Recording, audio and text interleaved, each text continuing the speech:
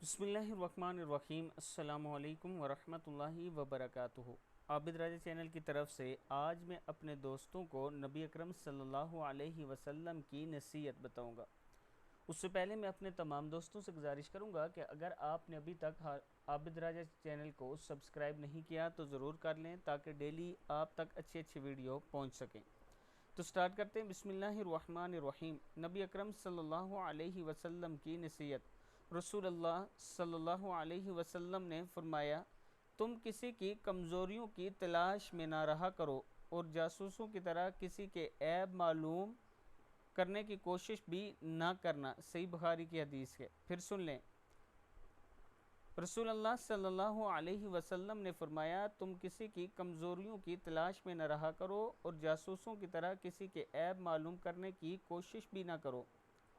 तो दोस्तों, आजकल ये बुराई हमारे माशरे में बहुत ज़्यादा पाई जाती है। इससे बचने की कोशिश करें, इसलिए कि रसूलुल्लाह सल्लल्लाहु अलैहि वसल्लम ने इससे बचने के लिए कहा है। और सच्चा मुसलमान और सच्चा आशिक होने की निशानी यही है कि जो रसूलुल्लाह सल्लल्लाहु अलैहि वसल्लम ने फरमा दिया बस उस पर हमने अमल करना है। इस वीडियो को आपने आगे ज़रूर शेयर करना है। अस्सलामु अलैकुम वरहमतुल्लाहि वबरकातुहू।